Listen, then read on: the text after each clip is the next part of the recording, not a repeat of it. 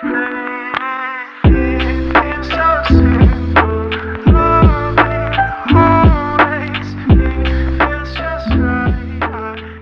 semuanya, gimana kabar kalian teman-teman? Semoga baik-baik aja, sehat selalu ya. Yang sakit, yang lagi karantina mandiri, yang lagi kena COVID, semoga cepet sembuh ya.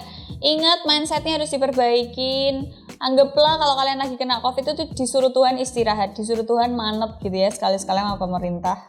Hari ini kita akan bahas orang tua. Kalau kita bahas orang tua, mungkin banyak di sini yang hubungannya baik, ada juga yang enggak, ada juga yang biasa-biasa aja, ada juga yang sama orang tuanya tuh bisa kayak sama teman gitu ya, seru, ada juga yang orang tuanya tuh yang otoriter gitu ya, yang pengambilan keputusan di dalam keluarganya itu hanya satu pihak aja, anak nggak dilibatin di dalamnya. Pokoknya kalau bahas orang tua tuh emang riskan gitu. Tapi banyak banget dari kalian yang berkeluh kesah tentang orang tua gitu ya, antara mungkin pola asuhnya yang menurut kalian nggak oke, atau pola asuhnya menurut kalian harusnya bisa lebih baik daripada itu, atau malah justru punya luka batin tersendiri yang susah hilang gara-gara orang tua gitu ya. Tapi yang kita bahas di sini adalah perkataan yang menyakitkan dari orang tua untuk anak. Ya, bukan berarti ketika dia disebut sebagai orang tua terus berarti nggak pernah punya salah. Ketika dia disebut sebagai orang tua tuh berarti nggak durhaka, nggak bisa durhaka. Mungkin ada juga yang bilang kalau udah jadi orang tua tuh pokoknya semua yang dilakukan bener gitu, kayak senior gitu ya. Peraturan pertama, senior nggak pernah salah. Peraturan kedua, kalau senior salah, kembali ke pasal pertama ya. Enggak, kalau jadi orang tua tuh nggak kayak gitu. Belajarnya seumur hidup, itu sabarnya tingkat dewa, ilmu ikhlasnya sungguh diuji gitu kan. Kayak ngelahirin, terus biayain anak sampai gede, tua, baru kawin mbek wong, punya kehidupan baru gitu kan. Ilmu ikhlasnya tingkat dewa. Nah ini perkataan yang menyakitkan dari orang tua ke anak. Menurut anak itu apa? Aku udah beberapa ngecer ya di sini. Nih yang sering kita dengar gitu ya, apalagi PPKM gini, pasti semua anak itu pasti pegangannya gadget ya. Mau sekolah aja pasti lewatnya online, komputer, laptop, tab, iPad, tablet dan sebagainya, atau handphone gitu ya. Biasanya orang tua akan bilang HP terus ya, makan tuh HP bisa buat kenyang kan, kayak gitu. Atau pokoknya kalian sakit apapun, kalian kecapean, kalian ngeluh kerjaan, kalian ngeluh sekolah, kalian ngeluh guru, kalian ngeluh temen, ngeluh apapun ya, temanya apapun keluhan kalian, orang tua akan jawab, makanya jangan main HP terus. Kalian migrain misal gara-gara lupa makan, jawabannya orang tua kadang sama, HP terus ya. Kalian migrain sangkutinnya sama HP. Mungkin ada beberapa alasan, iya emang bener, mungkin keseringan main handphone bisa bikin migrain, tapi ini beneran karena lupa makan gitu loh, karena kepanasan, mimisan gitu kan, HP terus. Jangan sedih, aku juga pernah digituin ya.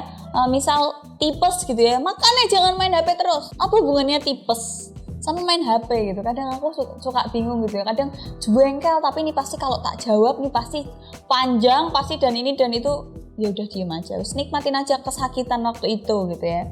Ada lagi yang bilang, kamu tuh ya selalu bikin orang tua susah, gak pernah bikin orang tuamu tuh bangga. Nyesel mama punya anak kamu, atau nyesel mama tuh ngelahirin kamu. Tura turuto, ngerti ngono tak lebok ke weteng meneh. Biasanya ada orang tua yang seperti itu ya, terlampau kasar gitu ya. Mama tuh bertaruh nyawa ngelahirin kamu, cilik digedeke, gede dablek, kayak gitu-gitu. Atau mungkin ada beberapa dari kalian mungkin punya cacian dari orang tua yang menyakitkan menurut kalian, boleh juga komen di bawah. Ada lagi nih, bisa cepet gak? Lelet banget jadi anak, ada yang kayak gitu. Atau kamu tuh goblok banget, kayaknya mama gak pernah ngelahirin anak goblok deh. Atau mungkin seperti itu. Ada lagi, kamu tuh hidup udah enak, HP ada, rumah ada ya kan, masih aja males-malesan, nggak kayak zaman ibu sama bapak dulu. Kalau udah ada kata-kata imbuhan nggak kayak ibu sama bapak zaman dulu tuh bisa nyambung lagi. Contoh, pulang malam terus. Dulu tuh mama nggak boleh tuh pulang malam. Mama tuh dulu waktu muda tuh selalu nyampe rumah sebelum maghrib. Mamaku begitu tuh ya, nyampe rumah sebelum maghrib. Pokoknya sebelum langitnya gelap tuh udah nyampe rumah. Ada lagi nih, lihat tuh anak tetangga, dia bisa masuk universitas ternama, kamu nggak ada usahanya. Paling tidak enak itu dibanding-bandingkan ya. Lihat tuh kakak kamu nilai matematikanya bisa 10. Atau biasanya kalau nggak dibandingin sama tetangga, sama peranakannya sendiri, sama saudaranya sendiri, atau sama saudara jauh, sepupuan, ponakan, kayak gitu-gitu. Lihat tuh anaknya bude ini bisa kuliah di luar negeri, kok kamu enggak? Atau lihat tuh anaknya ini bisa masuk SMA favorit, kamu kok enggak? Kamu kok nggak bisa? Atau lihat tuh dia terima rapot, nilainya bagus-bagus, kok kamu enggak?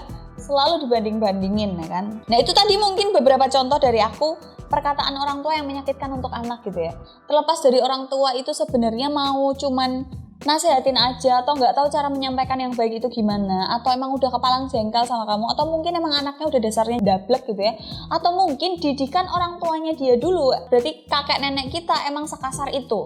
Nah, aku mewakili anak-anak di luar sana yang pernah merasa sakit hati dengan perkataan orang tua, entah itu serius atau enggak, entah dengan alasan apapun. Kita semua, maaf Pak, di sini minta maaf kalau kita masih jadi beban keluarga. Kita sebagai anak walaupun nggak pernah mengungkapkan secara lisan ya, kita sebagai anak itu tetap merasa kalau perjuangan orang tua kita zaman dulu tuh sungguh luar biasa.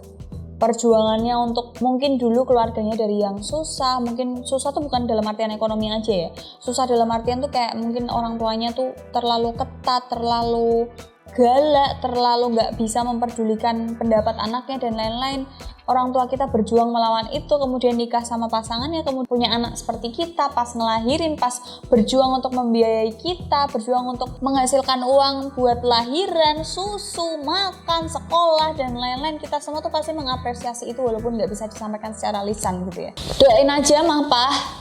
Ya ini aku mewakili anak-anak di luar sana yang masih jadi beban keluarga. Doain aja semoga anakmu di luar sini tuh juga berjuang untuk memenuhi kebutuhannya, untuk menata hidupnya ke depan, berusaha untuk membalas jasa kalian yang mungkin gak akan pernah terbalas gitu ya. Tolong doain aja Mah Pah, orang tua di luar sana, tolong doain aja anakmu ini tuh biar bisa membalas semua rasa kesakitanmu, semua perjuanganmu dengan kesuksesan di masa depan yang bisa kalian banggain. Dan untuk anak-anak di luar sana, sesukses apapun kalian nanti, ataupun sekarang kalian merasa aku udah bisa nyari duit sendiri, aku gak butuh bantuan orang tua, walaupun orang tua kalian menurut kalian itu menyebalkan, susah dibilangin, gak bisa kerja sama dan lain-lain, percayalah satu-satunya tempatmu pulang itu adalah keluarga, orang tuamu. Ya mau kalian sudah, ini aku pengalaman pribadi ya, mau kalian sudah menikah, memiliki anak, keluarga, istrimu ra iso diomongi gitu, bengkel, tidak sesuai porsinya, tempatmu satu-satunya pulang itu bukan temenmu, bukan sahabatmu, tapi orang tuamu. Balikmu tuh ke rumah. Apalagi anak cowok tuh, surganya anak cowok itu tetap di bawah telapak kaki ibunya, bukan di istrinya. Dan satu hal yang harus kalian semua tahu, ini biar bisa jadi pengingat juga buat orang tua sekaligus anak. Kita nggak bisa memilih kita lahir dari rahim siapa. Kita nggak bisa milih, aku mau lahir dari rahim wanita yang pintar, sugih, berkarir bagus, cantik dan sebagainya. Kita nggak bisa milih. Aku pengen milih bapakku kudu berpangkat dan sosok uripku enak dan lain-lain, nggak bisa. Kita nggak bisa milih kita lahir dari rahim siapa. Kita nggak bisa memilih untuk lahir dari keluarga seperti apa. Tapi satu hal yang bisa kita pilih adalah kita bisa memilih untuk menjadi orang tua seperti apa. Itu yang harus kalian ingat teman-teman. Semoga konten ini membantu buat kalian yang lagi penat, yang lagi jengkel sama keluarga. Don't forget to like, comment, and share videonya ke teman-teman kalian. See you on the next video. Bye.